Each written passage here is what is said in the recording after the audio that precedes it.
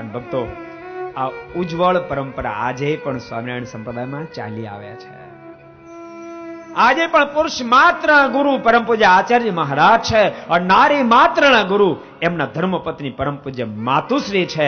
આજે પણ ભક્તો તમે કલ્પના તો કરો, ઘોર કળી કાળ સર્વત્ર જ્યારે વાપી ગયો છે, આપણા મનમાં થાય પરમ પૂજ્ય લાલજી મહારાજ મહાપુરુષના દર્શન કરીએ કેમ મન ખેંચાય, પણ ખેંચાય ને ભક્તો કેવા મહાસતીની કુખેનો જન્મ છે. તમે કલ્પના તો કરો. માતુશ્રી કોઈ સામાન્ય નારી નથી ભક્તો. 20 વર્ષથી જેને મોઢામાં અન્ન નથી મૂક્યું, તમે કલ્પના કરો એવા સતી નારીની કુખે મહાપુરુષનો જન્મ થયો છે. અરે ભક્તો, લાખોની સંખ્યામાં અન્યાયી હોવા છતાં એક વ્યક્તિ એમ ન કહી શકે કે મારી જિંદગીમાં મેં ક્યારેય પણ, કોઈ પુરુષ એમ ન કહી શકે મેં માતુશ્રીનું મુખારવિંદ જોયું છે. ભક્તો, આટલા ઘોર કળીકાળની અંદર માણસને આ શાન ભાન રહેવા પામ્યું નથી. ભક્તો, ખાનદાન ઘેરે પણ આજ વસ્ત્રો કેવા પહેરવા ન પહેરવાનો વિવેક જ્યારે રહેવા પામ્યો નથી.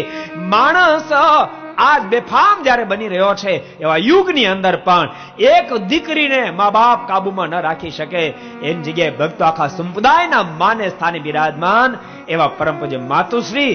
ભક્તો, લાખોમાંથી કોઈ એમ ન કહી શકે માતુશ્રીનું મુખારવિંદ જોઈશ. ભક્તો, ઓજલમાં રે, આજે ઓજલમાં રે. ભક્તો, એની કુખે એવા મહાપુરુષનું પ્રાગટ્ય થાય, એવા મહાપુરુષનું પ્રાગટ્ય થાય.